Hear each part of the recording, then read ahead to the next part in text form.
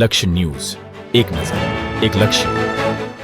Chotila highway પર આવેલા મહાવીરપુરમ તીર્થમાં છેલ્લા 25 વર્ષથી કરવામાં આવેલું ગેરકાયદેસર દબાણ માત્ર 24 કલાકમાં હટાવાયું. રાજકોટ ચોટીલા હાઈવે પર આવેલા મહાવીરપુરમ તીર્થની જમીન પર છેલ્લા 25 વર્ષથી થયેલ ગેરકાયદેસર કબજાને એસપીએ હટાવ્યો. માત્ર 24 કલાકમાં હટાવી જમીન ખાલી કરાવી આણંદપુર પોલીસ દ્વારા દબાણ હટાવી દેવામાં આવ્યું છે.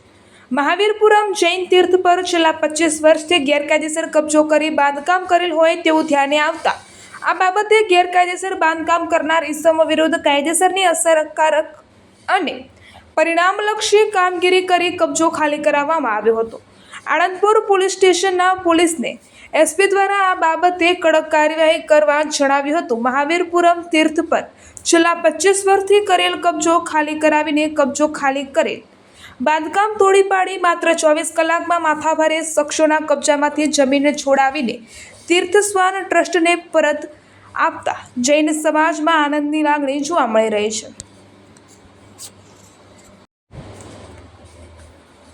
ટ્રસ્ટીઓએ જિલ્લા પોલીસ વડા પ્રેમસુખ ડેલુને પત્ર દ્વારા આભાર સકૃત કરીને રાજીપો વ્યક્ત કરતા કહેલ કે આપની સમયસર અને દ્રઢ કાર્યવાહીથી ધાર્મિક અને જાહેર સંપત્તિનું રક્ષણ થવાથી સાથે કાયદો વ્યવસ્થામાં પ્રજાનો વિશ્વાસ મજબૂત થાય છે.